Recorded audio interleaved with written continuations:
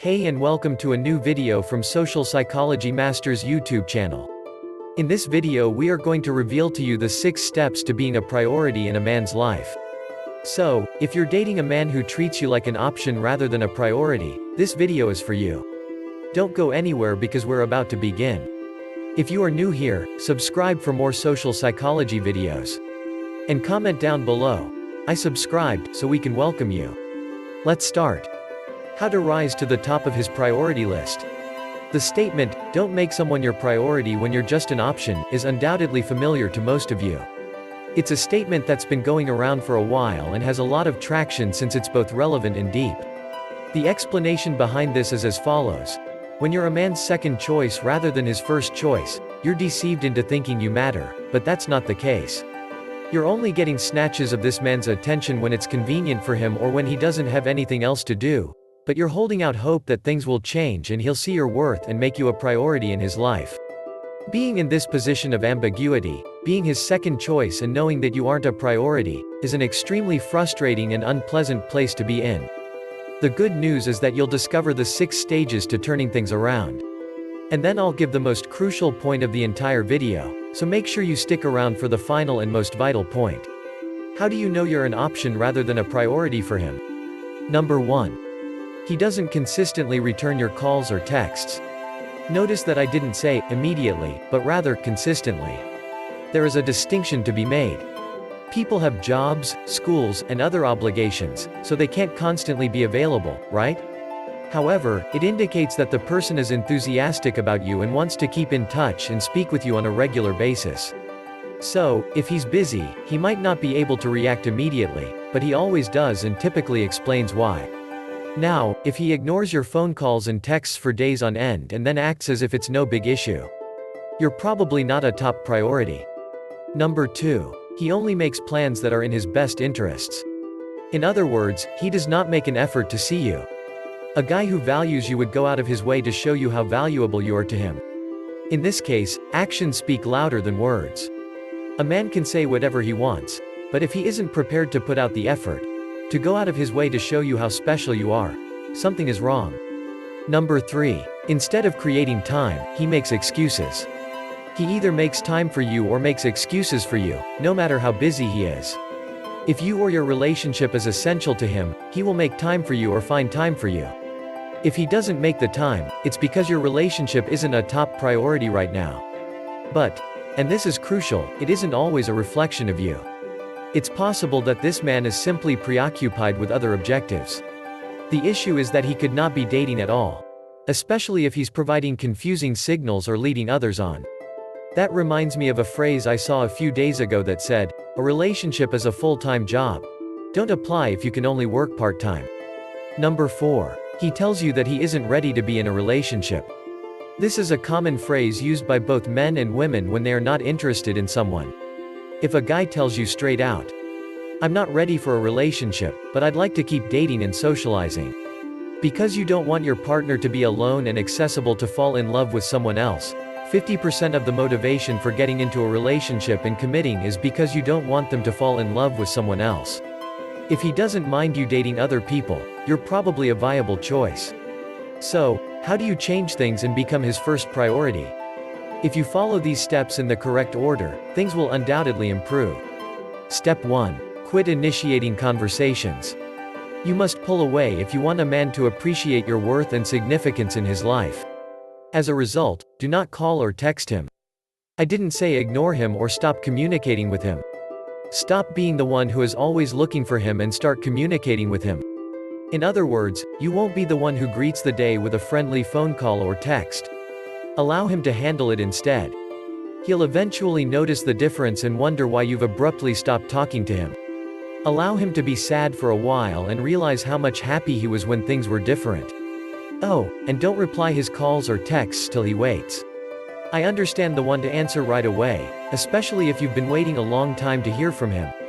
However, waiting a few minutes before responding to his contact sends the impression that you are busy and not just waiting for him to call.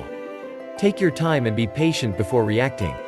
This will undoubtedly boost his desire for you. Step 2. Make yourself scarce. This can be difficult to accomplish since you want to spend as much time with someone you adore as possible, right? However, being continually available might backfire, since your value is diminished when you are always available. As a result, you should begin to limit your availability. Consider the concept of the law of scarcity. We've all heard it before. People want what they can't have, and scarce items are more desirable. When time is limited, it is more valuable. So, when he calls to ask you out last minute, don't be so available. Wait. Let me emphasize this point. You must deny his request if he contacts you with a last-minute request. Do not accept his last-minute arrangements. Instead, suggest another time when you'll be available for a date. This will force him to plan and prioritize his time with you. Step 3. Exude a tiny bit of mystique. That means you don't have to tell him about every detail of your everyday routine. You don't have to go into great detail about everything you're doing. You want him to be intrigued. You want him to wonder.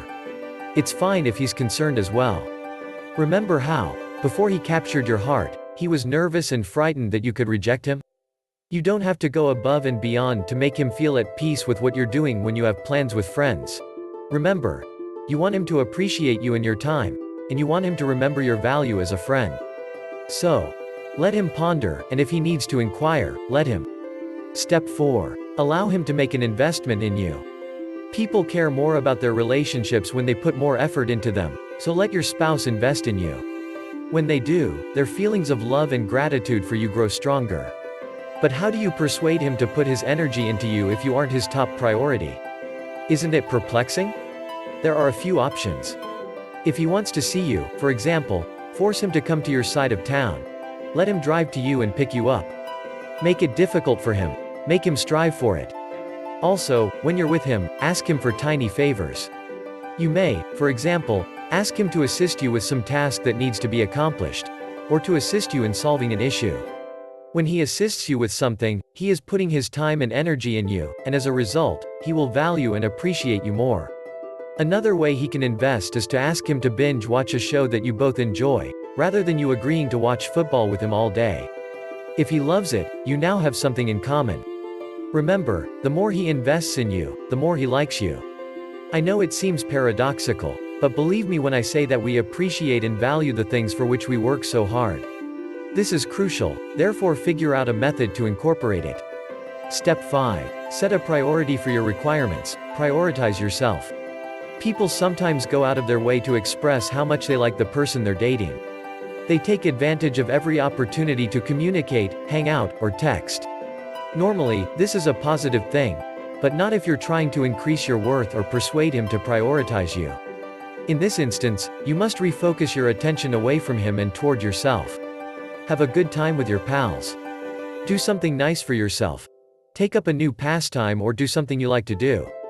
This requires him to acknowledge your independence and the fact that you aren't merely waiting for his calls at the phone. Remember, one of the most appealing qualities in a woman for men is freedom. He needs to know how comprehensive and wonderful your life is. And, if he does become a part of it, it will be because you want him to be a part of it, not because you need him to be. Keep in mind that he needs to regard you as a valuable lady with an intriguing life. And when he sees you like that, he'll want to be a part of it. And if he wants to be a part of your life, he has to prioritize you. Step 6. Be willing to walk away if necessary. If something or someone isn't working, you must be willing to move away. This is crucial. He must understand that you aren't willing to compromise, that you won't tolerate his behaviors or acts that you don't agree with, and that you aren't anyone's second choice. Furthermore, he must experience this fear of loss, essentially, the fear of losing you, in order to truly appreciate you. However, he will only do so if he knows you are willing and capable of walking away from something that isn't appropriate for you. And that gets me to the video's most significant point. If you've gone through all of these procedures and he still isn't putting you or the relationship first, you'll have to walk away with your head held high. I understand how difficult it is to accept that a man doesn't want to be in a relationship with you, or that a man hasn't made you a priority. It's excruciatingly painful. This is because people personalize romantic rejection to the degree where they associate their worth and self-worth with whether or not a man desires them. But, by doing so, you relinquish your power and rely on a man's approval to tell you that you're good enough. Let me say that again. When your self-worth and value are dependent on whether or not a man wants to be in a relationship with you, you give up all control in the hopes of receiving affirmation from him. If he doesn't want you, you begin to doubt yourself, and say, "What is wrong with me?" That is the exact opposite of how you should think about it. What you should be wondering is what's wrong with him. Consider this. This is a man who has only known you for a short time. He's basically someone you've had a few dates with. He has no idea who you are or how valuable you are.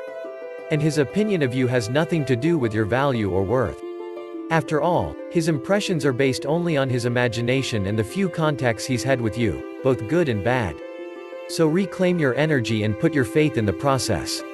Accept that he isn't into you, no matter how strongly you want him, and trust that it is meant to be, for both your and his sakes.